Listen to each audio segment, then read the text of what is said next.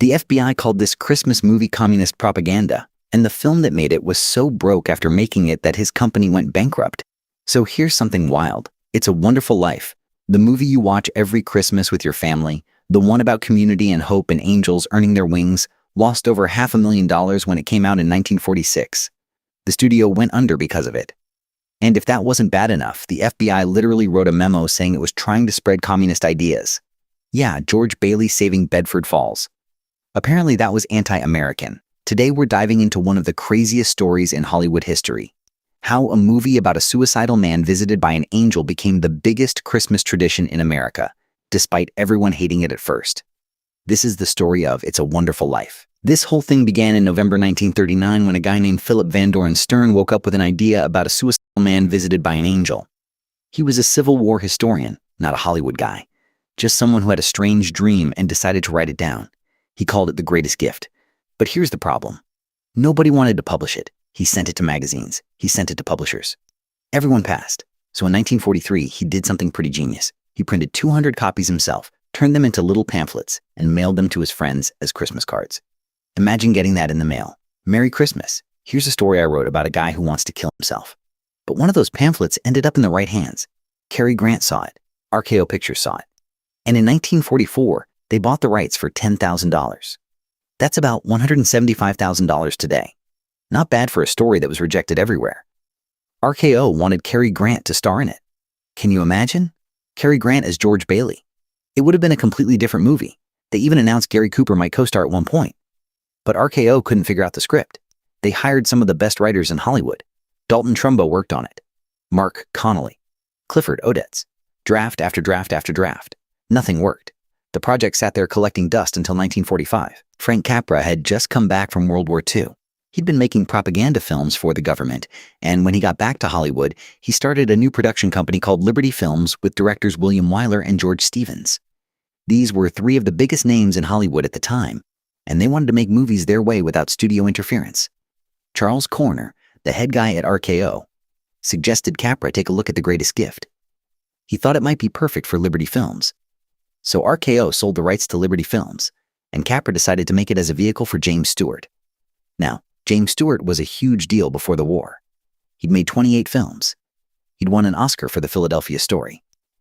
But he'd been gone for 4 years flying bombing missions over Germany.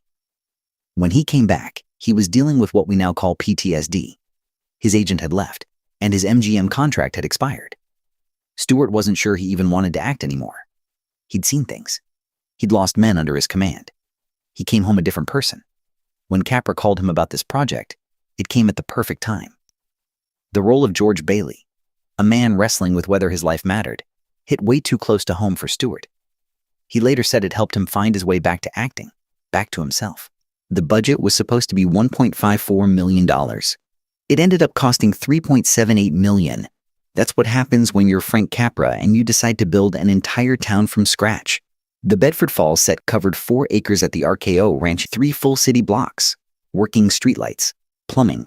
They planted actual mature trees. The main street was 300 yards long. It was one of the biggest sets ever built at that time. The studio executives were losing their minds watching the money disappear. George Stevens, one of Capra's partners at Liberty Films, saw how much they were spending on fake snow and said, why the hell couldn't it be springtime? And the snow. Oh man, the snow problem. Before this movie, Hollywood used cornflakes painted white for snow. But cornflakes are loud, really loud. So loud that actors had to dub their dialogue later because you couldn't hear them over the crunching. Capra wanted to record sound live during the snow scenes, which meant they needed to invent a new kind of fake snow. The effects team came up with a mixture of fomite, which is a firefighting chemical, mixed with soap and water. They pumped it through wind machines at high pressure. They used 6,000 gallons of this stuff. The RKO effects department won a special Academy Award for developing it, and it's still used in movies today. But here's another problem. They were filming from April to July 1946, in California, in the summer. Everyone had to wear heavy winter coats and scarves in 90-degree heat. The cast and crew were sweating through their clothes between takes. Capra actually gave them a day off because it was so brutal.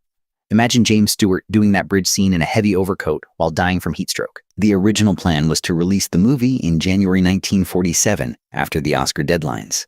But RKO needed a Christmas movie, so they pushed it up to December 1946. This was a huge mistake. Just a few weeks earlier, William Wyler's movie The Best Years of Our Lives had come out. It was a hard-hitting drama about soldiers coming home from World War II trying to rebuild their lives. It made over $11 million at the box office and won 7 Academy Awards, including Best Picture.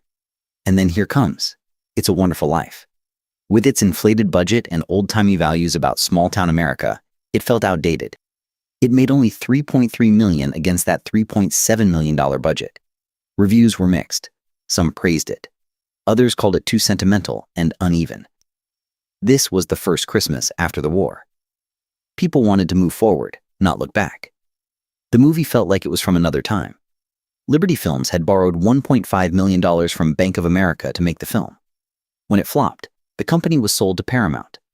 Frank Capra only directed 5 more feature films after this. None of them came close to his earlier work. It's a Wonderful Life basically ended his career. But wait, it gets weirder. In May 1947, just a few months after the movie came out, an FBI agent in Los Angeles wrote a memo to J. Edgar Hoover warning that It's a Wonderful Life contained communist propaganda. I'm serious. The memo said the film made obvious attempts to discredit bankers by casting Lionel Barrymore as a Scrooge-type villain, and that this was a common trick used by communists. They said the picture deliberately made rich people look mean and terrible, and that it was trying to glorify the common man over American values like wealth and free enterprise. This was during the Red Scare. Hollywood was being investigated for communist influence. The FBI had been watching the film industry since 1942, tracking who ate lunch with who attended which meetings, looking for any hint of socialist ideas in movies. They targeted screenwriters Francis Goodrich and Albert Hackett. The weird thing is, George Bailey is also a banker. He runs the Bailey Building and Loan. The whole movie is about 2 different kinds of capitalism. Small community banking versus big greedy capitalism represented by Mr. Potter. But the FBI completely missed that. In 1947, there was even a House Un-American Activities Committee hearing about the film where a critic had to defend it, saying just because it has a banker villain doesn't make it communist. Frank Capra wasn't a communist. Not even close. He was actually pretty conservative, but in 1947, if you showed a rich person being mean in a movie, you were under suspicion. So the movie flopped. The studio went bankrupt. The FBI called it propaganda. How did it become the Christmas classic we know today? In 1974, a clerical error happened. The company that owned the rights at the time, National Telefilm Associates, forgot to renew the copyright. The movie entered public domain. Suddenly, any TV station could air it without paying a cent. And they did, over and over and over. By the 1980s, it had become a holiday tradition. Families started watching it every Christmas. Kids who'd never heard of it discovered it on TV. It became part of American culture by accident.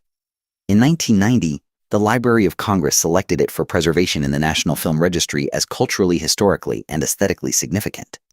The American Film Institute voted it the #1 most inspirational film of all time. It's now considered one of the greatest movies ever made, all because someone forgot to file paperwork. James Stewart later said this was his favorite of all his films. And you can see why. George Bailey is a man who gave up everything he wanted for his community. He wanted to travel the world, design buildings, have adventures. Instead, he stayed in Bedford Falls and ran his father's bank and helped people buy houses. And on Christmas Eve, when he thinks he's failed, when he wants to end it all, he gets shown what the world would look like without him. Every person he helped, every life he touched, all the good he did just by being there.